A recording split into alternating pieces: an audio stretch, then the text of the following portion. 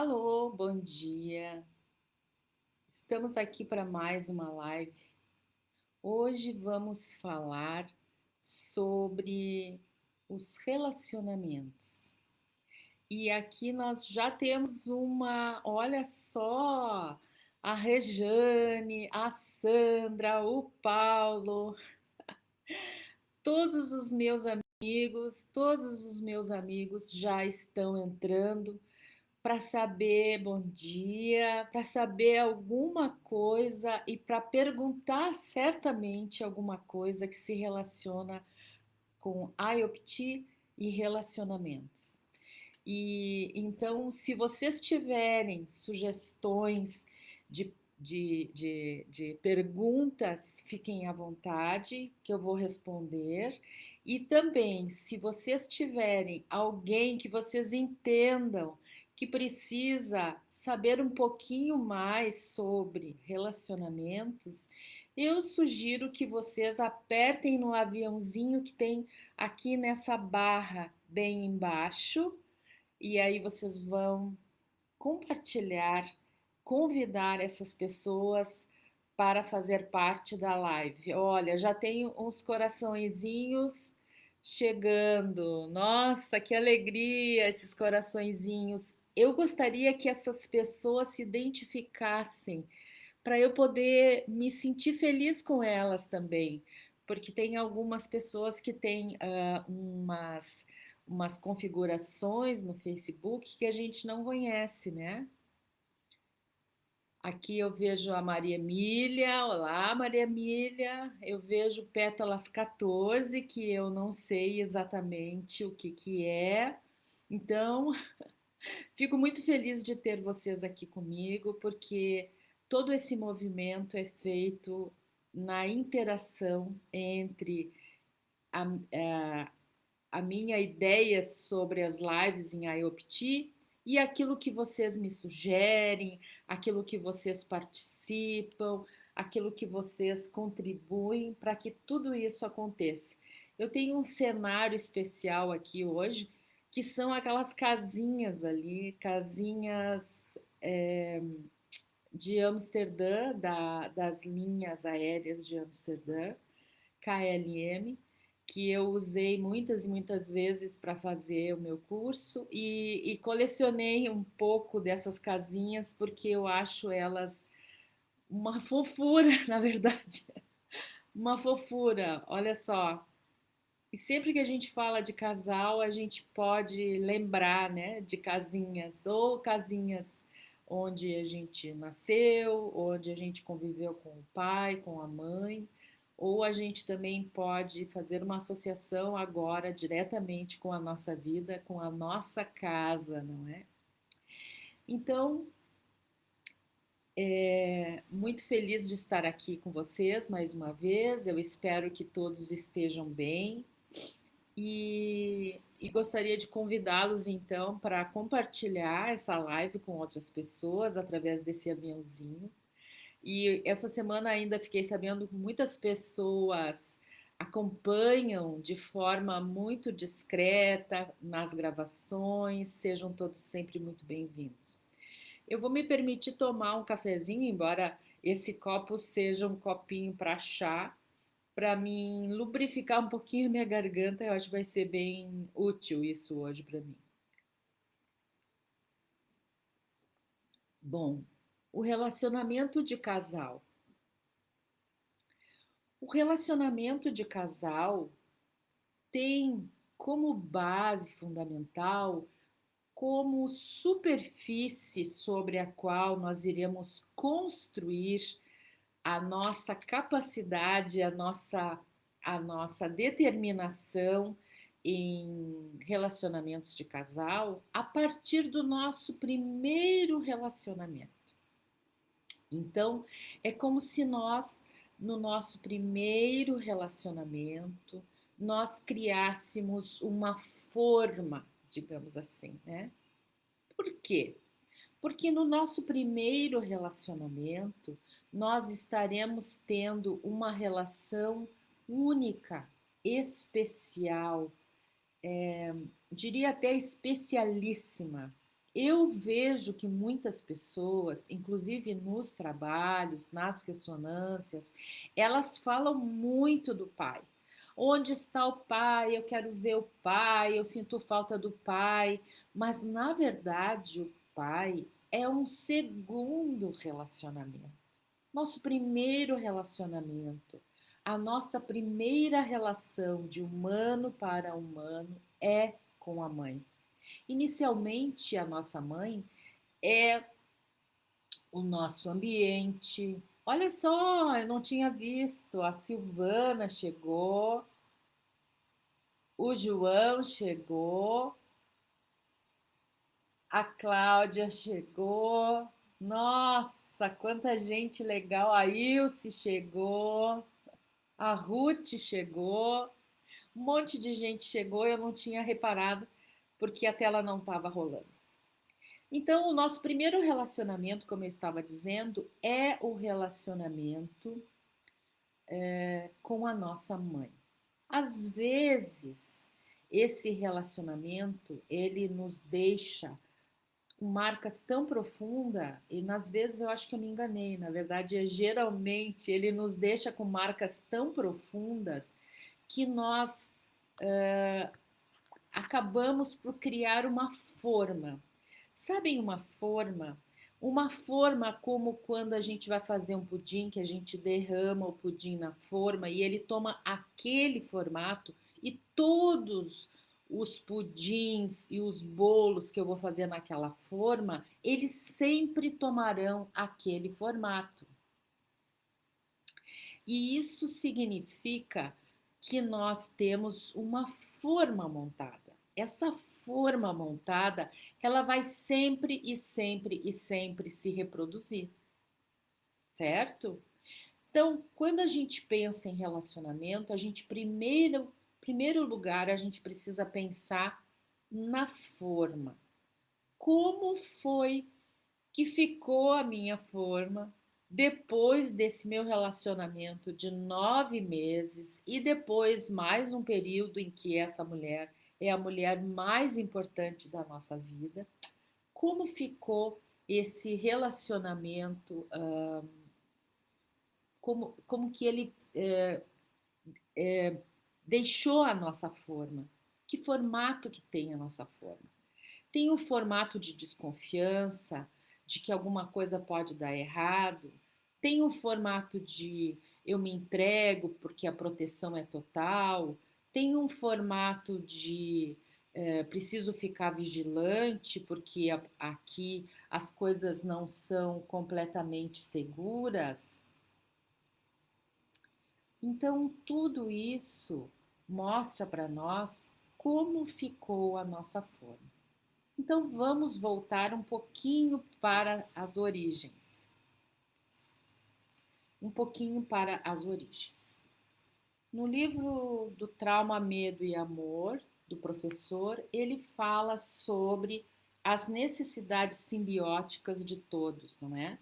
Então ali nós estaremos falando sobre quais são as necessidades que nós temos como ser humano e que nós.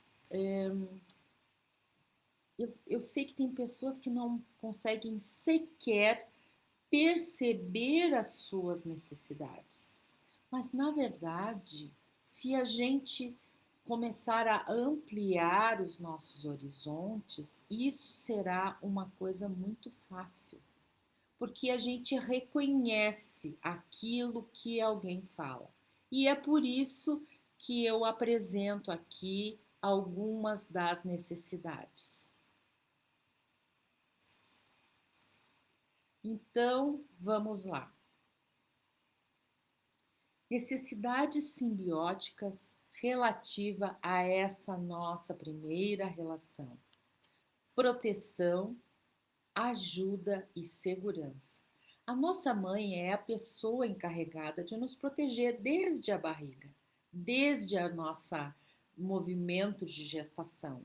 É ela que protege a barriga. Quantas e quantas vezes a gente não vê aquela mãe que fica segurando a barriga de uma forma muito protetiva, realmente? É ela que nos oferece a condição de sobrevivência, se ela nos oferece a mamadeira, proteção contra o frio, se observa que nós estamos é, muito bem dentro de nós, e a segurança de que nenhum bichinho vai morder a nossa pele e assim sucessivamente, né? O alimento, o, a hidratação, ser percebido e reconhecido. A nossa mãe é que tem essa condição de nos dar de volta essa percepção de que ela me enxerga, eu sou uma pessoa para ela, eu existo para ela e sou reconhecido. Ai, que bonitinho esse nenê, a Liazinha, a guriazinha do papai, a guriazinha da mamãe, olha, a Dinda chegou, a Dinda da Lia. Todos esses reconhecimentos fazem com que nós nos tornemos uma pessoa distinta daquelas relações simbióticas. Mas esse é um outro assunto para uma outra live, certamente.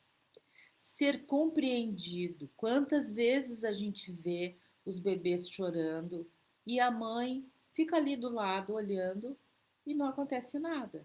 Ela não tenta confortar, ela não tenta trocar fralda, ela simplesmente diz: ah, ele tem que entender que ele tá tudo bem, ele não precisa chorar. Isso não existe. O bebê está chorando porque ele quer alguma coisa, mesmo que seja eu preciso que alguém converse comigo porque eu estou me sentindo sozinho aqui nesse bercinho. Então ele vai chorar, porque qual é a opção dele? Ou sorrir ou chorar. Então ele tem que dar a opção que é adequada naquele momento. E nós temos também um desejo muito forte de pertencer a um grupo, não é? Pertencer a um grupo, estarmos vinculados a um grupo. Esse é um desejo, são desejos de base, são desejos muito fundamentais que nós estamos sempre nos relacionando com esses desejos que eu nomeei aqui. Quando nós formamos essa nossa forma, essa nossa base, nós levamos essa base para os próximos relacionamentos que serão, em primeiro lugar, depois dessa base que está formada pela nossa relação com a nossa mãe, nós levaremos isso para o nosso pai e a seguir para todas as relações que nós tivermos, como os irmãos, como os vizinhos, as dindas, os dindos, os avós, os amigos, os vizinhos, os parentes, as professoras. Então, ali nós estaremos completamente usando sempre este formato. Ah, mas então isso quer dizer que quando nós tivermos um problema no formato, o formato poderá é, dar problema nos relacionamentos? É exatamente isso. Então, imaginem o seguinte: quando nós originariamente fundimos, e essa é a última palavra do professor, que eu estive com ele no curso de supervisão há um final de semana atrás, a ideia do retorno ao amor e à vida original. Por quê? Porque nessa primeira fusão, na fusão das duas células iniciais, numa ideia, digamos assim, um pouco abstrata, mas também possível de ser experimentada, nós somos uma pessoa completamente integrada. Nós vivemos essa integração. Nós estamos completamente integrados e vivemos uma situação única e muito especial. Então, isso está marcado dentro de nós. Nós vivenciamos isso.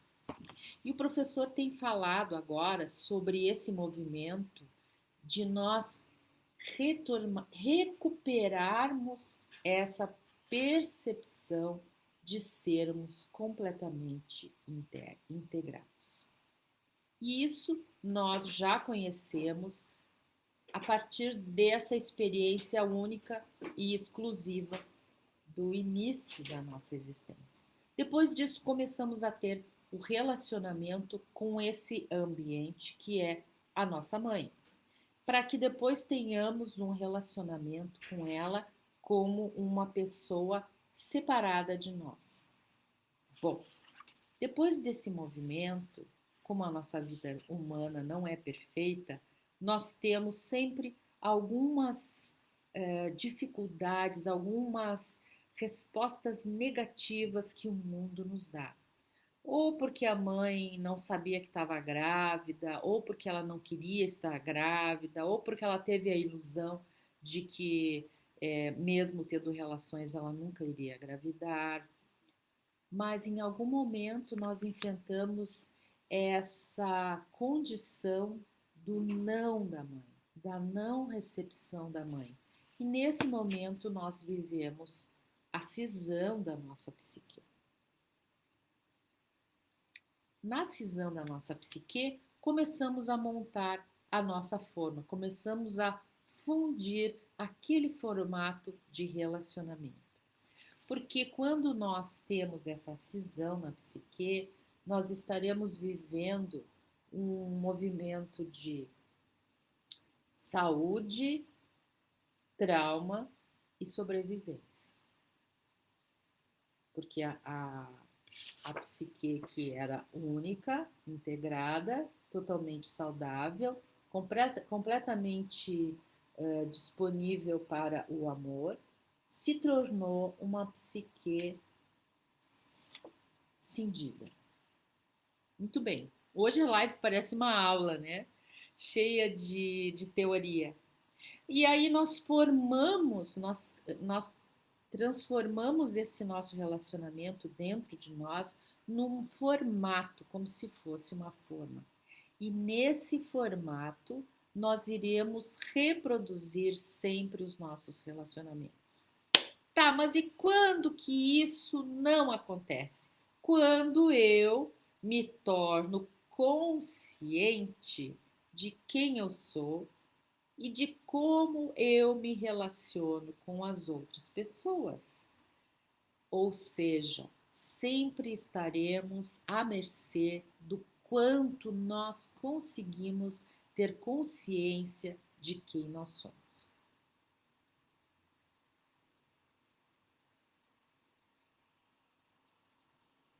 Eu vejo que é um assunto que interessa muitas pessoas, né? A Rosi chegou, a Rosana chegou, a Claudinha chegou, a Karen chegou, a Dil Piccoli chegou, a Magda chegou, querida Magda, a Ascensão chegou.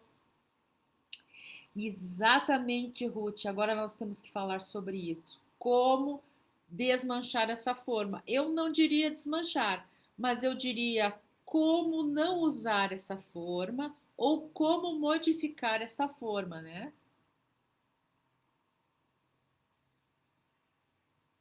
Ah, minha amiga!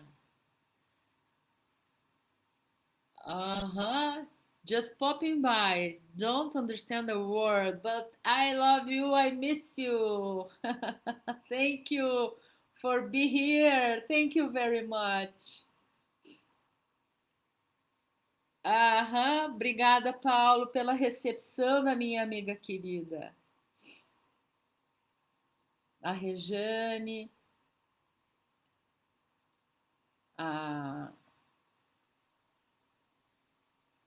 E se a mãe não estava disponível para reconhecer? Bom, então aí nós começamos com os problemas, não é? A Leide está aqui, Amanda, Jucimara, Leandro. Bom, como que nós conseguimos mudar então esse padrão? Nós mudamos esse padrão simples e puramente através da nossa consciência. A nossa consciência é a ferramenta mais poderosa que a evolução trouxe para nós. A evolução não tecnológica, a evolução biológica.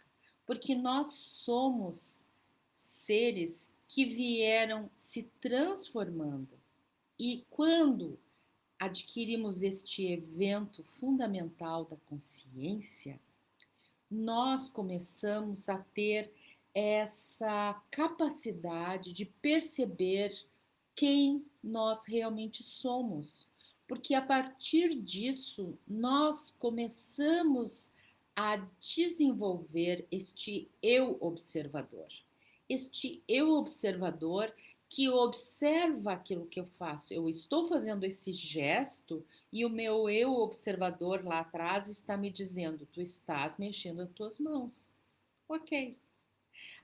Às vezes a gente ouve muitas pessoas falando: ah, eu tenho uma pessoa muito crítica dentro de mim, eu introjetei esse crítico. Esse não é o eu observador. O eu observador é aquele que faz a própria regulagem daquilo que a gente está fazendo no aqui e agora. Mas isso também é uma outra conversa. O que a gente precisa saber para um relacionamento de casal é que se eu tenho três partes e a minha companheira ou o meu companheiro tem outras três partes, como que fica essa junção? Como que acontece esse relacionamento em pessoas, digamos assim, que não desenvolveram a consciência? Ok, então vamos falar sobre isso? Fica mais ou menos assim, ó. Nós temos parte saudável, parte sobrevivente, parte traumatizada, e aqui da outra pessoa, parte sobrevivente, parte saudável e parte traumatizada. E aqui a gente pode fazer as linhas que vão corresponder aos relacionamentos, tá? Então, parte traumatizada com parte traumatizada, às vezes é uma coisa tão simbiótica, tão absurdamente simbiótica, os dois se entendem naquela dor. Tu viu como é que a tua mãe me tratou? Sim, eu também fiquei me sentindo excluído. Pois é, então ali os dois estão tão simbióticos naquela dor, que talvez seja apenas uma nuvem dentro deles, que eles se sentem almas gêmeas na dor. Se os dois estiverem no seu posicionamento saudável, será um relacionamento maravilhoso. Mas tem um detalhe que é muito importante, para o qual a gente volta para a questão da forma. Todas as linhas que correspondem a essa pessoa, parte saudável dessa pessoa aqui, vai dar uma capacidade, um upgrade na relação. Quer dizer, que se um dos dois estiver na sua parte saudável, ou este aqui, o relacionamento pode dar certo, dependendo o quanto nós conseguimos seguir nessa adaptação. Porque quando eu entro no meu eu saudável, naturalmente eu puxo a minha parceria para o eu saudável também. Quando eu caio no meu eu traumatizado, eu puxo a minha parceria para o eu traumatizado também. Então, se eu desenvolvo o meu eu saudável, isso irá refletir na minha relação. Eu começo a mudar a minha forma, porque daí eu observo, nossa, mas eu sou muito antipática quando eu escovo meu dente e não guardo a minha escova de dente no local apropriado. E isso começa a trazer uma qualidade na minha relação com essa outra pessoa, de forma a que ela perceba isso. E ela começa também nessa percepção, ela começa também a viver esse eu saudável. Aqui tem uma pessoa que diz que faz muita terapia É ótimo para a gente se perceber, para a gente se conhecer. Quando você deseja, desde criança, fazer o oposto desses relacionamentos falidos da mãe e mulheres da família, podemos sentir culpa ou criar dificuldades para relacionamentos, no, para continuar junto da mãe. Vamos ver. Quando você deseja, desde criança, fazer o oposto desses relacionamentos falidos da mãe e mulheres da família. Quando eu desejo uma coisa muito fortemente e eu fico concentrado naquilo, eu já estou naquilo. Eu não criei nada novo. Eu não quero pensar num Fuca vermelho com um papagaio em cima carregando uma prancha de sora. Já direto eu já entrei nessa armadilha. Eu já vou pensar direto naquilo que eu não quero pensar. Porque o querer pensar e o não querer pensar, de uma certa forma, eles são a mesma coisa. Eles precisam da nossa concentração naquilo, certo? Então, eu quero tomar um copo de leite e eu fico com esse pensamento na minha cabeça. Quais são os atos que eu vou adotar para para ter a satisfação desse meu desejo? Eu vou levantar daqui, vou até a cozinha, vou escolher a temperatura desse leite, vou abrir minha geladeira, servir o copo de leite e vou satisfazer o meu desejo. Por quê? Porque eu sei o que eu quero e eu sei quais são os passos que eu devo adotar para essa satisfação. Isso é muito importante. Quando eu não quero alguma coisa, eu fico amarrada naquele quero, daquele não quero. Então, o que que acontece? Eu começo a ter vários e vários pensamentos para planejar este não quero. Eu não quero abrir a porta, embora a campainha esteja sendo tocada. Então eu passo na frente da porta, eu me distraio, eu vou no banheiro, eu volto, eu seguro as minhas mãos atrás, mas eu não quero abrir a porta. E eu passo o tempo todo me segurando nessa ideia de que eu não quero abrir a porta. E isso também é uma forma de ficar completamente sem movimento. Então, quando você deseja desde criança fazer o oposto desses relacionamentos falidos da mãe e das mulheres da família, ou seja, essa pessoa, que é a Rejane, percebeu que aqueles comportamentos não estavam de acordo com o seu eu interior. Podemos sentir culpa ou criar dificuldades no relacionamento para continuar junto da mãe.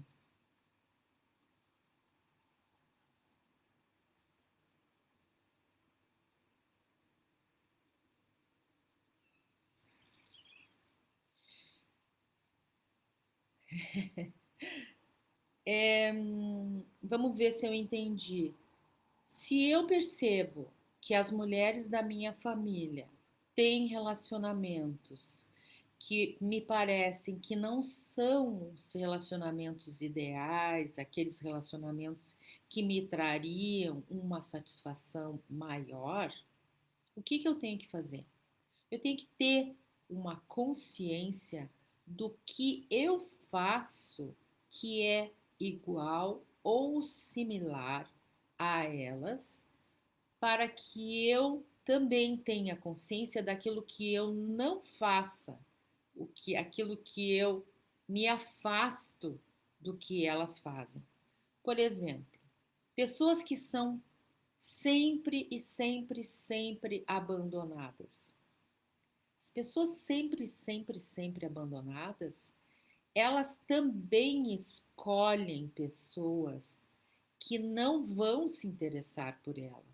Escolhe pessoas que já de cara já dizem para ela: "Ah, eu te acho legal, eu te acho bacana", mas não é assim aquela coisa que toca profundamente. Então elas têm essa tendência.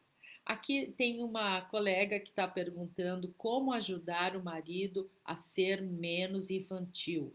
Ora, gente, como ajudar o marido a ser menos infantil? É uma questão muito pulsante, né, Cláudia? Mas o que eu percebo nessas relações é que ele se sente, ele é como ele é, certo? Ele tem essa atitude. E ele se sente cada vez mais à vontade para ter essa atitude, porque ele recebe uma resposta que corresponde, né? Então, talvez a pergunta seja: o que as esposas precisam fazer para não serem as mães dos maridos? Isso pode ser muito útil, esse pensamento, no sentido de que eu posso fazer a transformação em mim, mas eu não posso obrigar o outro a querer fazer a transformação, a se transformar e a ficar neste novo padrão de transformação. Então, tudo isso volta sempre para essa questão. A minha consciência de quem eu sou e de como eu me relaciono. Este é a pedra de toque, essa é a pedra de toque, essa é a posição fundamental de todo o trabalho de relacionamentos, de terapia. Quem eu sou, como que eu me relaciono com as pessoas. Eu tenho uma amiga minha que, inclusive, bom, eu tenho uma amiga minha que ela sempre fala com o marido como se ele fosse um brinquedinho. Ai, que queridinho, ele tá tomando um cafezinho, então vou trazer uma aguinha para acompanhar. Ela é muito gentil, gente boa, ilustrada, uma pessoa que tem PhD, ela é fantástica, mas ela não consegue se desvincular dessa posição de trazer o seu relacionamento para esse nível infantil. E aí, o que que o marido faz? O marido responde como homem e diz: não, obrigada, não quero café. Não, obrigada, não quero água. E eu noto que cada vez que ela leva essa atitude para ele e ele volta para ela com uma atitude completamente saudável, ela recua um pouquinho, mas ela não consegue se desvencilhar completamente disso, porque ela dobra as roupas dele milimetricamente no armário, ela não deixa ele arrumar nada, ela não deixa ele fazer um concerto dentro de casa, ela não deixa ele fazer uma série de coisas, dizendo que é como toda estratégia de sobrevivência, dizendo que é uma coisa muito importante que ele deixe o sapato fora de casa, que ele não guarde as roupas, que, enfim, é uma série de regrinhas que ela criou na vida deles, de forma a que ela continue atuando dessa forma muito infantilizada na relação.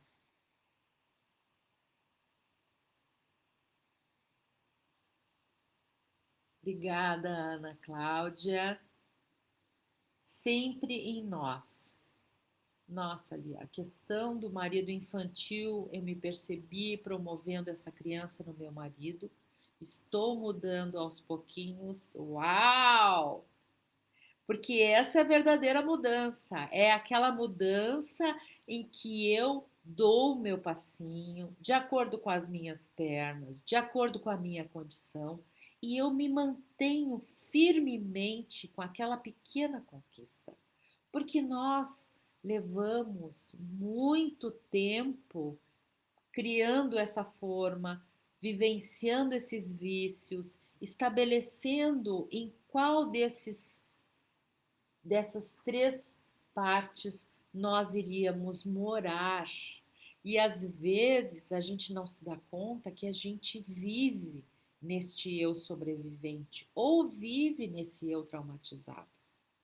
E aí, quando a gente muda, a gente acha que vai ser simplesmente eu mudo e pronto. Não, às vezes eu faço uma coisa que volta para trás, mas imediatamente eu já tenho um swift, quer dizer, e tenho essa visão, não, mas espera aí, isso aqui não está mais bom assim. Agora eu preciso que isso seja assado. Então isso já vai me dando esses direcionamentos neuronais que começam a abrir este caminho. Porque nós não podemos esquecer que esses comportamentos, essas posições, elas são resultados. Elas nunca são causa, elas são sempre resultados. E resultados, no frigir dos ovos, são caminhos neuronais que nós precisamos abrir, caminhos neuronais que nós precisamos usar para que se transformem de vielas em ruas, em avenidas. O que significa? Significa que eu tenho uma atitude. Eu percebi que essa minha atitude não é legal. Eu poderia fazer diferente. Me sinto forte o suficiente para fazer. Então eu começo a fazer diferente. Mas esse começar a fazer diferente é como se nós estivéssemos abrindo um caminho no meio de uma plantação alta. Não existe uma passagem, nós precisaremos criar essa passagem. É como se diz no interior: pegar um facão e cortar o que tem no caminho, para a primeira vez fazer essa passagem. Depois disso, nós poderemos, pelo uso dessa via, nós iremos fazer com que o chão não tenha nenhuma plantinha, de tanto a gente caminhar por ali. E depois isso vai crescendo para a gente conseguir que essa pequena viela se transforme numa avenida. E aí é tudo muito mais simples, porque já foi pensado, já foi comandado e já estamos fazendo essa esse uso, né, deste caminho neuronal.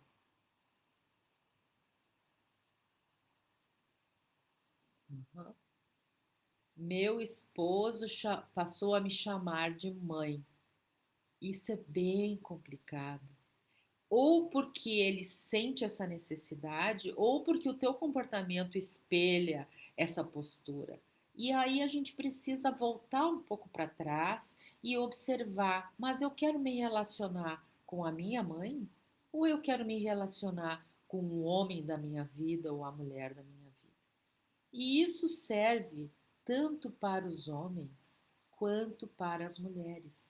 Quantas vezes o homem não casa com uma mulher que é a cara da mãe dele?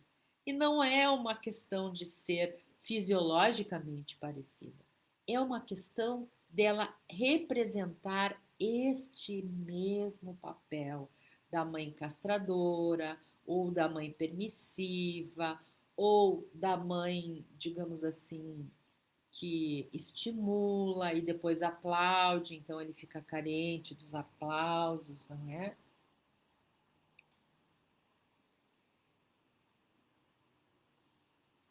Eu não peguei qual que é depois que o pai faleceu, ele começou a me chamar de mãe. Uhum. É, e às vezes a gente vê assim nas relações algumas coisas muito bizarras, por exemplo. Existe uma forma que no Sul a lei de, agora entrou também, me lembrei disso, que a esposa é a tal da nega véia, né? Além de politicamente incorreto, né, hoje em dia, é uma lembrança, assim, que me remete a uma ideia de ama de leite. É aquele colo mais, digamos assim, que me permite tudo. É aquele lugar onde eu posso fazer tudo, porque ela é compreensiva, ela é minha amiga, ela tem sempre os braços abertos, mesmo que se eu faça alguma coisa não tão boa, ela estará comigo. E isso é uma forma da gente categorizar as pessoas, transformar elas em robôs, porque daí eu sempre terei essa resposta para essa pessoa. Eu posso fazer qualquer coisa, minha mulher sempre me perdoa. Ok, pode perdoar. Por mim não tem nenhum problema. O meu problema é que se um dia essa pessoa não tolerar mais, o casamento acabou. E a ideia de um relacionamento é que seja uma coisa agradável, que seja uma coisa estimulante, que seja uma coisa prazerosa, que seja um ambiente seguro para ter filhos, que seja um ambiente seguro para viver a vida. Eu às vezes vejo relacionamentos muito tímidos entre pessoas do mesmo sexo e elas têm todo um ambiente que nem sempre é muito seguro, nem sempre é acolhedor para que essas pessoas possam expressar o seu amor. E isso é uma coisa muito triste, porque nós percebemos pessoas que não conseguem ser autênticas, que não conseguem ser naturais, que não conseguem ser exatamente quem que elas são.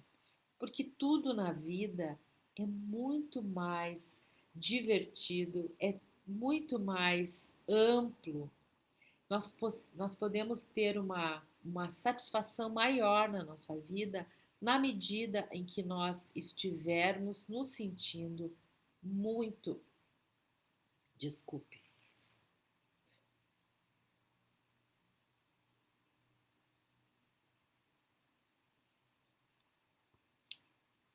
A nossa vida será muito melhor se nós formos exatamente quem nós somos.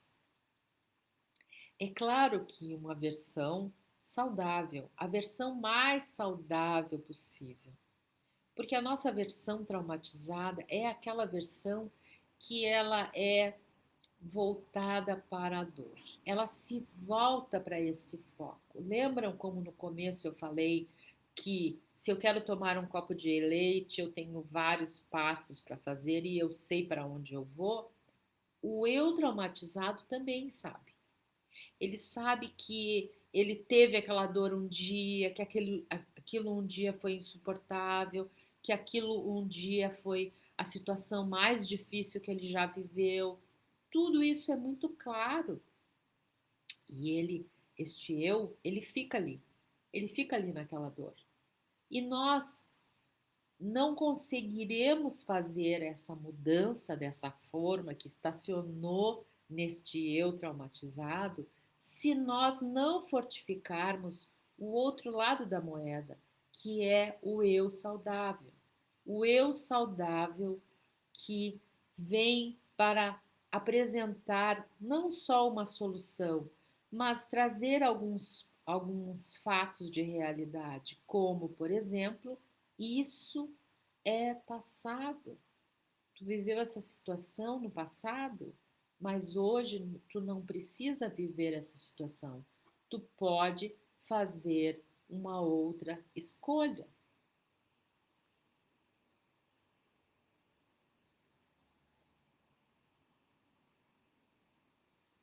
Conheço casais que passam a se chamar assim depois do primeiro filho. Grande! Isso mesmo, Leite. A mãe e o pai, como se eles fossem, cada um deles, a representação da voz do filho, né? Então, eles estão querendo dar voz para aquele filho, chamando aquela parceira, aquele parceiro de pai ou de mãe. Isso é muito interessante, isso é um hábito que se tem mesmo, a gente observa muito aqui no Sul, esse hábito. Olha, a minha amiga Giane entrou.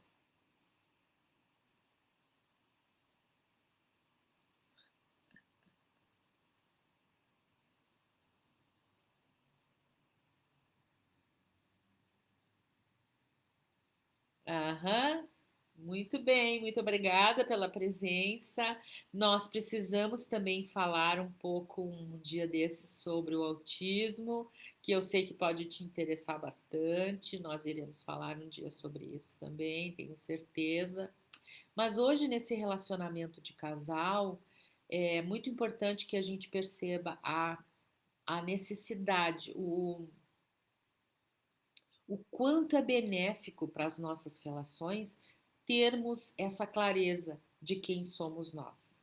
E nesse movimento, eu acho que na ponta da linha, de uma forma muito atualizada, está a IOPT. A IOPT é a terapia e a teoria do psicotrauma orientado para a identidade. Isso significa que nós iremos olhar sempre para os nossos traumas, porque eles geram formas. E essas formas trazem o formato, trazem o formato das nossas relações com as pessoas, com os nossos objetivos, com a nossa saúde, com a nossa sociedade. Certo? Então, os psicotraumas geram respostas que são autônomas, nós não conseguimos controlar. E é por isso que é importante olhar para o psicotrauma e avaliar o como isso se formou dentro da nossa psique. Orientada para a identidade. Por que essa terapia e essa teoria que são do psicotrauma são orientadas para a identidade? O que significa isso? Significa que a nossa identidade está no radar, ela está no ponto focal do nosso objetivo. Saber quem eu sou passa por saber quais são as coisas que me acionam como gatilho, que me acionam como pessoa, que me acionam como participante de uma comunidade. Por exemplo, alguns protestos que nós vimos nas ruas significam que algumas pessoas se sentem tão revoltadas com algumas situações que elas reagem, e elas reagem aderindo aos protestos. Essa é uma forma de trazer a parte de nós que não gosta ou que gosta de alguma coisa. Ou, por exemplo, eu lembro que teve um período na minha vida que, se eu estivesse numa rua, caminhando na calçada, e eu tropeçasse, imediatamente eu começaria a chorar. Às vezes, até por não ter acontecido nada, seria de se espantar que eu precisasse chorar, mas era uma resposta involuntária. Se eu caísse, eu chorava. Isso passou, mas eu tive que olhar para isso e eu percebi quantas memórias estavam ali de momentos em que eu não consegui dar conta daquele caminhar, mas eu não recebi o apoio suficiente para que eu conseguisse superar. Então eu chorava, porque o cair significava que eu estaria sozinha. E aí eu não sou uma pessoa que está conduzindo a minha atitude, eu estou sendo conduzida pelo meu sistema nervoso da parte reativa.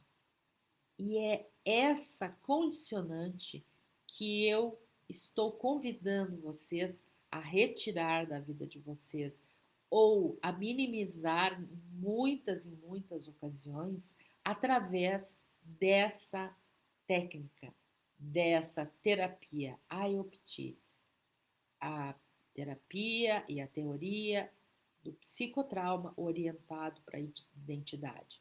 Dia 29, dia 30 e dia 1º de julho, nós estaremos fazendo a semana do intensivo IOPT. Você vai poder obter muitas informações, vai poder participar de aulas, de conteúdos profundos e vai poder avaliar todo esse conjunto de informações de forma totalmente gratuita. Inclusive, será possível assistir a um trabalho que se chama encontro consigo mesmo, que vai acontecer, se não me engano, no dia 30 de junho, certo? E nesse 30 de junho, então, uma pessoa será agraciada com esse encontro e ela vai, digamos assim, se expor para que todos possam acompanhar este movimento e perceber como é feito esse trabalho. Depois disso, um pouco mais adiante, na semana posterior, abriremos as matrículas para a próxima turma dos temas fundamentais. Temas fundamentais foi a forma que eu batizei esse curso, que trata dos fundamentos da IOPT, exatamente na mesma linha apresentada pelo professor Ruppert, ou seja, a psique, o psicotrauma, trauma de amor, o trauma da identidade, todas essas aulas são exatamente simetricamente de acordo com o professor. E agora nós temos mais uma novidade, considerando que nós já temos esse reconhecimento dele, do nosso trabalho, estamos ali no site do professor como um dos lugares em que pode se aprender a IOPT de forma original. Nós iremos incluir dentro dessa formação todos os slides que o próprio professor usa e mais os 3 módulos que complementam essa formação básica. Então, esse é um convite que fica a todos aqui. Vamos ver o que mais que aqui.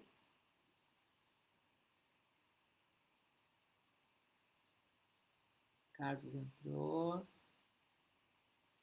Ivanir entrou. Lia, interessante que nós temos crenças tão fortes e até convincentes de quem somos, mas muitas vezes é a nossa estratégia de sobrevivência. Ah, Claudinha, agora tu pegou a veia. Quando nos dispomos a olhar, conseguimos nos aproximar do eu saudável e perceber exatamente aonde nós estamos nesse roteiro. Porque é impressionante. Nós recebemos pessoas com quem fazemos os encontros que têm anos de psicanálise, anos de psicoterapia, terapia haitiana, enfim, várias. E nós podemos observar a variação dessas posições. Existem pessoas que elas entram para o encontro como se elas tivessem todo o conhecimento de IOPT que a gente convive diariamente. Elas fazem os seus encontros de uma forma brilhante. E se tu perguntar a elas, elas dirão: faço psicoterapia, faço psicanálise, uso o sistema da cognitivo-comportamental. São várias as opções, mas o aproveitamento dessa pessoa é top. E tem pessoas que passam anos, anos e anos trabalhando e elas não conseguem sair do primeiro passo, da primeira base. Elas não vão para a próxima base. E isso é, acho eu, um diferencial na IOPT, porque como ela não trata de tudo que é filtrado apenas pela nossa mente, apenas pelo nosso cérebro, ela já vai olhar de uma forma menos filtrada. Não será aquela ideia que eu tenho sobre mim mesma, ou até muitas vezes a gente sabe que as pessoas vão para a terapia e elas não falam as coisas mais importantes da sua vida. Elas escondem do terapeuta. O terapeuta não tem como trabalhar, porque ele não fica sabendo. Então, se eu tenho um conflito com a minha esposa, aí eu falo do trabalho, que está tudo muito difícil, está tudo muito complicado. Se eu tenho um problema no trabalho, então eu falo da minha vizinha, porque ela bate com a porta dela no meu carro, e assim eu vou me distraindo de mim mesmo. E assim eu vou me levando para lugar nenhum. É muito comum isso. Vemos isso muitas e muitas vezes. Muito obrigada, Claudinha, pela participação, sempre tão ativa, né? A Rejane também hoje participou bastante. Relacionamentos baseados em projeção são relacionamentos baseados em projeções são relacionamentos simbólicos de dois eus traumatizados. Simbióticos, são relacionamentos simbióticos de dois eus traumatizados. Sim, se cria essa simbiose. A pessoa se apoia na dor do outro para ela poder também sentir a sua. Muito bem apanhado, Rejane, é isso mesmo. De maneira prática, como pode uma pessoa comum acessar o seu eu saudável? Então a pergunta é: o que é um eu saudável, certo?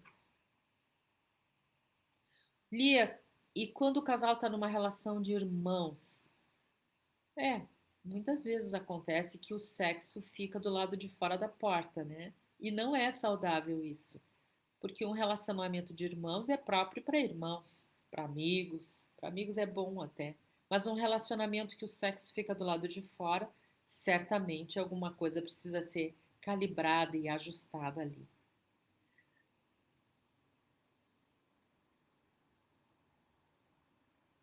Mas o eu saudável é aquele eu que ele é razoável, que ele não para na dor, ele sente a dor e depois ele consegue sair da dor. Ele, ele tem um autoconhecimento muito forte, ele sabe até que ponto ele tem capacidade para seguir.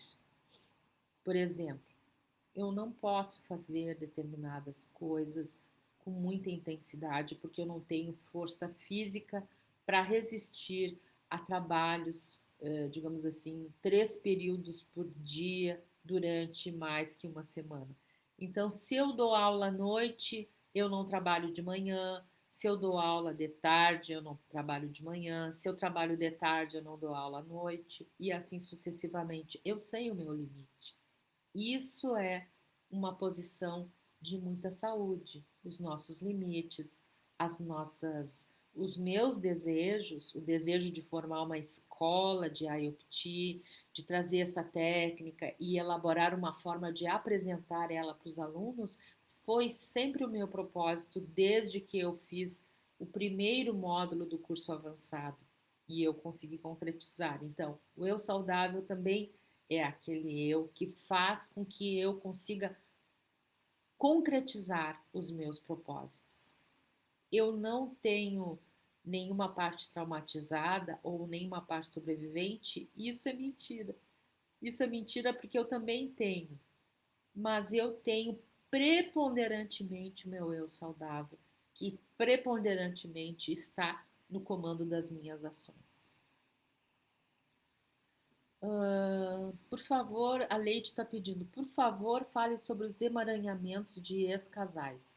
A gente que se separou fisicamente, legalmente, e dizem que a separação ainda não aconteceu. Isso é muito interessante, Leide, porque isso demonstra o quanto aquela pessoa é uma pessoa que estimula esse teu lado sobrevivente. O quanto essa pessoa te traz para esse movimento de ser a vítima ou ser a sobrevivente. O quanto que essa pessoa é um gatilho para ti. Enquanto isso não for trabalhado de uma forma vertical, de profundidade, vai ser bem difícil que essas pessoas se separem, porque provavelmente elas estavam as duas vivendo um relacionamento simbiótico numa das categorias mais negativas, porque senão elas teriam se mantido, certo? Então, alguém precisa ter um eu saudável, alguém precisa começar esse desemaranhamento para que a pessoa que está interessada e que fizer esse movimento consiga se liberar se libertar realmente deste desse gatilho, né? Dessa reação. É,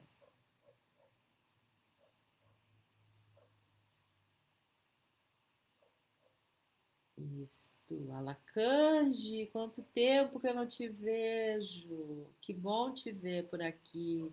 Obrigada, Silvana, querida, minha amiga. Cândia, maravilhoso caminho da IOPT, uma aluna aqui profundamente grata por tanto ensinamento e evolução. Sim, a Cândia já está, né, naquele topo da pirâmide, agora avaliando como seria trabalhar mais intensamente como uma terapeuta IOPT. Parabéns, Cândia, estamos todas juntas. Importante falar desse ambiente amoroso e seguro. Esse é um diferencial da Escola Lia Bertual. Querida Cláudia, a gente é uma recíproca, né? Nós nos apoiamos mutuamente neste eu saudável de procurar que o ambiente seja muito seguro. Ontem eu recebi um elogio muito querido dessa minha aluna da intervisão, a Rita Angélica, que me disse que ela se sentiu tão à vontade fazendo aquele treinamento que eu propus para ela ontem, que ela não lembrou que tinha uma pessoa avaliando, olhando para ela de uma forma crítica.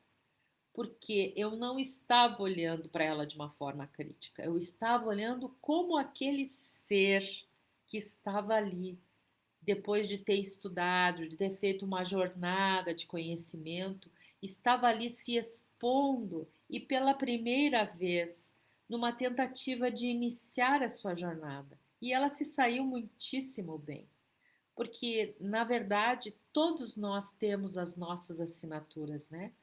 Todos nós vamos andar com detalhes que são especificamente nossos. A forma da gente olhar para o demandante, a forma da gente convidar todos a fazerem alguma respiração, alguma tomada de consciência, tudo é tão pessoal. Como que eu posso dizer isso serve, isso não serve? O que eu posso dizer é: isso aqui tu não estudou muito, tem que estudar mais.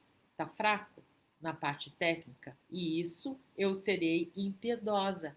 Mas na parte da condução, na parte da amorosidade é da própria pessoa e é lindo ver cada uma das pessoas que estão ali naquele grupo apresentando o seu melhor para acolher a dor do colega. É muito bonito. Eu fico muito orgulhosa de ter essa caminhada, chegado até aqui e poder perceber esse início de movimentos que essas pessoas estão fazendo. Vamos ver quem mais agora. Avisando a traição na IOPT, quando a pessoa não sai da relação e o outro também não rompe. A traição na IOPT, no meu ponto de vista, muitas vezes a gente vê isso porque a pessoa está olhando para aquele parceiro como se fosse outra pessoa. É uma sobreposição de pessoas, uma identificação. Porque essa pessoa, ela, por exemplo, eu já vi um caso que foi, se não me engano, num grupo que eu participei na China, em que a pessoa colocou como intenção: eu não quero ser traído. Ora, por que ele colocou essa frase como intenção? Porque ele se sentia potencialmente sendo traído ou já tinha tido muitas traições na sua vida e aí ele precisava expressar essa frase ali para ver por que que isso se dava de uma forma tão frequente. O que se observou? Que ele ficava no lugar da mãe. O seu grande amor ainda era a mãe. E ele ficava no lugar da mãe que era traída pelo pai. Então a gente ainda vê ali no prédio, né, como eu chamo, dos traumas, o trauma do amor. Ele via a mãe sendo traída pelo pai, ele quis se colocar no lugar da mãe, para que ele fosse o traído e tirasse com isso, com este enorme movimento de amor, ele como se ele pudesse conseguir retirar essa pessoa, essa mãe dessa dor. Então não existe uma fórmula mágica, não existe também um movimento quadriculado. Nós precisamos olhar essa intenção e nós precisamos ver o que aparece no trabalho. Como a gente estava falando anteriormente, nos trabalhos em IOPT, a gente, como não passa pela intelectualização, nós teremos muito mais chance de observar o que dentro do nosso inconsciente está realmente relacionado com aquele tema que nós vamos trazer. E essa é também um salto nessa terapia, porque se nós trabalharmos com questões que são conduzidas, como eu já falei, nós teremos um universo muito restrito, mas ali nós vamos trabalhar praticamente na raiz do inconsciente no que diz respeito àquela intenção proposta. A Marilon entrou, a Suziane entrou, olá Suziane. E a pessoa que deseja muito, mas não consegue viver um relacionamento, ela precisa olhar para isso, para perceber se ela tem, por exemplo, gatilhos de que relacionamentos são coisas ruins. A forma dela foi fundida de forma a que ela não se sinta habilitada a ter esses relacionamentos. E é preciso olhar para cada um desses casos.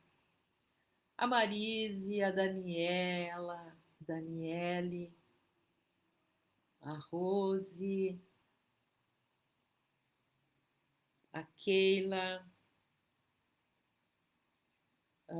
seria uma simbiose com a mãe? Sim, ele estaria no trauma do amor com a mãe. Exatamente, exatamente. Gente querida, foi um prazer enorme estar aqui com todos vocês. Agradeço do fundo do meu coração a presença de vocês, a paciência, as perguntas. Espero que eu tenha respondido todas as perguntas. E não esqueçam, dia 29, 30, dia 1º, intensivo IOPT, com 3 dias de aulas, o encontro consigo mesmo. O Bruno também estava aqui com a gente, Cláudia Sintra.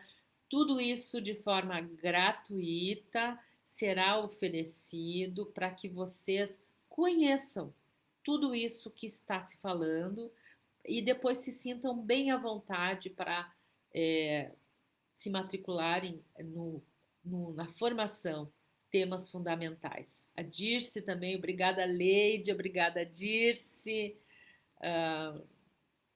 Edneide, Silvana, muito obrigada, Rosi. E mais uma coisa, a Magda, querida lá de Londres, olhando a gente, muito obrigada, Magda, do fundo do coração. Ilse, Ana Cláudia. Isso, eu sempre mando os convites para quem está na minha lista do WhatsApp, eu sempre mando os convites. Mas tem mais uma coisa importante para dizer para vocês, que eu quero os alunos antigos e mais preparados me acompanhando nesses 3 dias para receber todas essas pessoas que estão interessadas em se transformar ou transformar-se num terapeuta ou conhecer todo este mundo novo que é o mundo que vem depois dos encontros IOPT. Muito obrigada, muito obrigada. É muito bom estar aqui, muito bom te ter junto, Cande, muito obrigada. Ó, a Leide já está inscrita, os alunos têm que se inscrever também, gente, senão não recebe o link, tá? Então é isso, muito obrigada, Cláudia, muito obrigada, Ana Cláudia. Um beijo grande e até o nosso próximo encontro.